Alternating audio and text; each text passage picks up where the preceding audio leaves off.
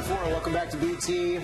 Live shot from Century Plaza Hotel and Spa here on this Friday morning. First full week of 2018. We've talked all about goals here in the new year. Of course, we have to bring on one of our favorite wellness coaches, Dai Manuel.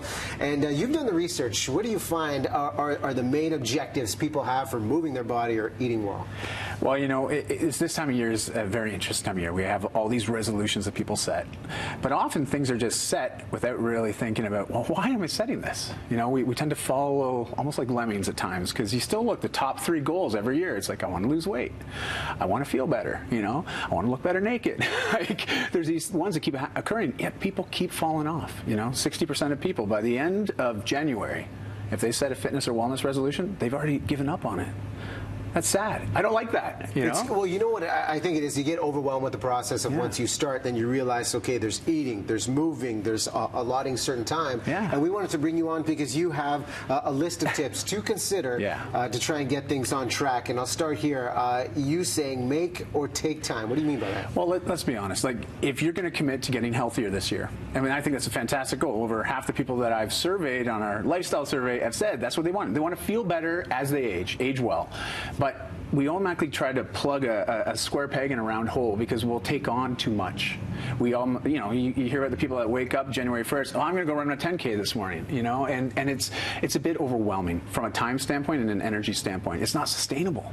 What have you found works well for people that have a good intention for allotting time? Well, look at your schedule, look at a calendar, get some sort of app to help you, and block out time every day for you. Think self-care, think of self-love, think about investing in you every single day, and make it a non-negotiable. But you got to block it in.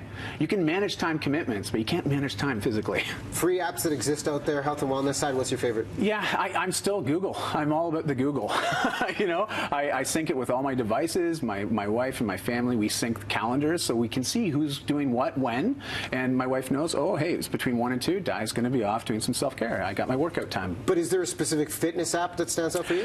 Yeah, like for tracking calories and food intake and learning about nutrition, I like MyFitnessPal. Okay. And then there's a couple other standalone apps like that come with like the Fitbits or the Apple Watches that are quite unique. If you're going to integrate it with some sort of tracking device to measure, because if you don't measure, how do you know what's changing? Whatever you measure gets managed. I've heard you say that before.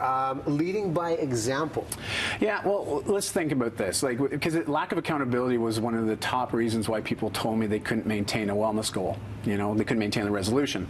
And if you start thinking about being accountable to others, especially if you're a parent, you know, when they see mom and dad out there exercising and moving with purpose and making health and fitness a priority, they're going to follow suit.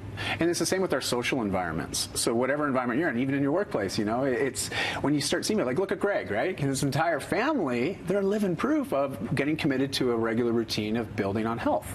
Greg Harper and his CrossFit, he's a machine. It's incredible. His whole family's like that now. And you know what? He is a great example, and I know he eats well too. You brought us an example of healthy snacks in between so we're not overeating throughout the day. Yeah, the number one reason why people usually falls off or we see gradual weight gain is this snacking habit. And I want to prepare people. I want to tell them, stop snacking, at least the uncontrollable snacking. So here I've got a little nut mix that I make myself. The recipe's on my website. But if you just have like 1 to 1.5 ounces, say, of like even almonds mid-morning, there's a study that came out, European Journal of Nutrition, that found that you'll actually lessen your snacking throughout the day, and you'll actually be more satiated, so you don't eat as much during your meals. So is this 1 serving or 2 in the bag? This is 2 servings in here. 1 serving if I make it a meal. But simply right there is literally like 1.5 ounces of nuts and fruits, and it's simple to make, but you can put it in your bag, put it in your carry-on. There's no reason why you can't be prepared. Okay, final point, the idea of joining some sort of program so you're not doing this alone. Yeah, the worst thing is try to go out and make some big lifestyle changes and not have a support network. And sometimes we go to family, and sometimes family isn't the most supportive. So look for third-party support groups. Facebook's fantastic for them, lots of free groups online. Even local wellness, like the YMCAs, local gyms, there's lots of groups that you can join and participate with. But make it known that you want to make some lifestyle changes, because here's a group of people that have also made commitments, and they're there to hold you accountable. We run a bunch of free groups online, and people just look us up. They can join us. Okay, that website, IHateResolutions.com, has positive intention behind it. Dai, thanks so much. Thank you. This might be the last time we see him. He's moving to Bali with the family, so good luck on the journey. Thank you very much, Priya. Thanks for all the health advice you give us here on BT. We'll take a break.